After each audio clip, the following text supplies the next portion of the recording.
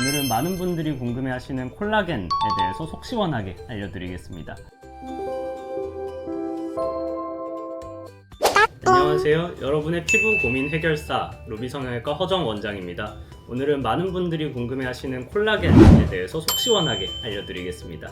콜라겐에 대한 진실 그리고 효과적인 활용법까지 지금부터 알려드릴게요. 콜라겐을 먹으면 정말 피부가 좋아지나요? 사실 콜라겐을 먹는다고 피부가 바로 좋아지는 것은 아닙니다. 섭취한 콜라겐은 우리 몸에서 콜라겐으로 바로 완전히 흡수되는 것이 아니고 소화 과정에서 소화 효소에 의해서 아미노산으로 다 분해가 되었다가 나중에 우리 몸에서 콜라겐을 필요로 할 때 다시 합성이 되는데요. 그래서 콜라겐을 먹는 것만으로 우리 피부에 바로 콜라겐에 대한 즉각적인 효과를 기대하기는 어렵습니다. 그래서 저는 콜라겐을 직접 드시기보다는 오히려 단백질이나 비타민C를 섭취하시기를 더 권장드리고 있어요. 시술이나 수술 후에는 비타민C를 섭취하시는 것이 큰 도움이 됩니다. 콜라겐 생성을 돕는 음식은 어떤 게 있을까요? 콜라겐 재생에는 양질의 단백질과 비타민C를 드시는 게 좋은데요. 비타민C가 많은 음식이라고 하면 사실 대부분의 과일들, 귤이나 오렌지, 딸기, 파인애플, 키위 이런 대부분의 과일들이 비타민C가 많고요. 채소 중에는 브로콜리나 파프리카에 되게 많은 비타민C가 함유되어 있습니다. 콜라겐 크림은 바르면 효과가 있나요? 안타깝게도 콜라겐 크림은 분자량이 큰 고분자량 물질이라서 콜라겐 자체가 피부를 통해서 흡수되기는 어렵습니다.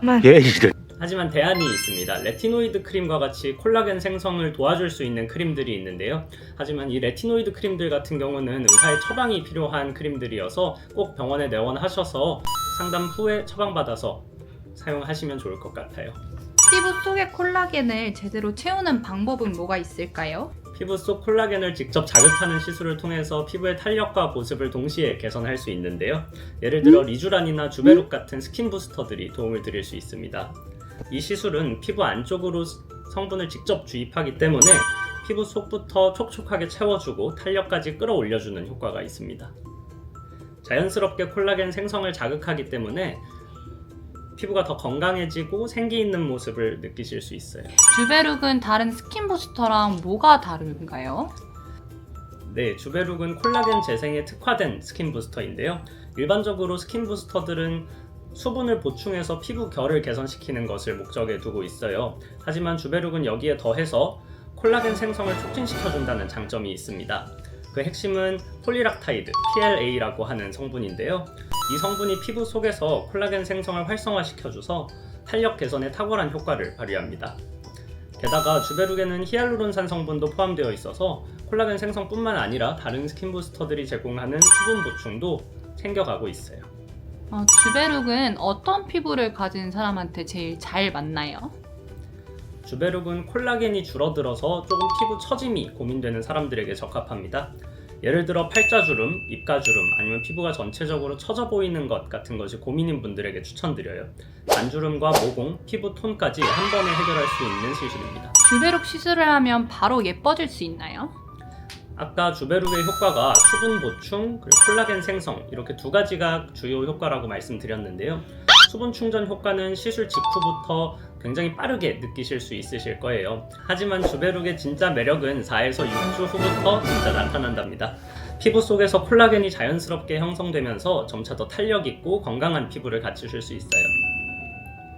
주베룩 시술은 얼마나 자주 받아야 효과가 제일 좋나요?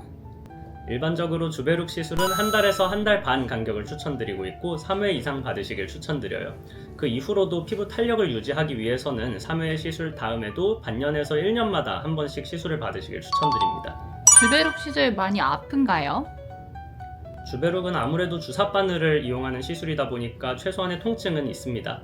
하지만 저희 루비성형외과에서는 마취 크림을 발라드리고 또 필요하다면 국소 마취를 시행한 후에 시술을 진행하기 때문에 대부분 불편하셔도 참을만 하다고 표현해 주시는 편이에요. 주베룩 시술 후에 일상생활이 바로 복귀 가능한가요? 시술 후에 바늘 자국이 있다 보니까 아무래도 중요한 일이 있으시다면 2에서 3일 정도는 여유를 두시고 시술 받으시길 추천드려요. 네, 주베룩 시술 후에 콜라겐 생성 꿀팁이 있을까요? 주베룩 시술 후에 생활상 주의하실 부분으로는 크게 3가지를 말씀드리고 싶은데요. 첫 번째는 자외선 차단제입니다. 자외선은 콜라겐을 형성하고 콜라겐이 재생되는데 주요 적분으로서 작용하기 때문에 자외선을 잘 막아주시는 것이 중요해요. 두 번째로는 비타민 C를 꼭 챙겨 드세요. 콜라겐 생성에도 도움이 되고 항산화 작용도 있으니까요. 콜라겐 생성에 큰 도움이 된답니다. 마지막으로 수분 크림을 잘 발라주시면 큰 도움이 될 수 있습니다. 여드름 피부에도 스킨 부스터가 효과가 있을까요? 당연하죠. 괜찮아요? 많이 놀랬죠?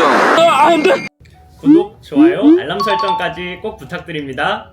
하지만 같은 여드름성 피부, 같은 지성 피부여도 피부 상태에 따라서 어떤 치료가 더 잘 맞는지는 굉장히 다를 수 있습니다. 병원에 직접 내원해 주시면 저희가 상태를 보고 직접 어떤 치료가 가장 잘 맞을지 설명해 드릴 수 있을 것 같아요.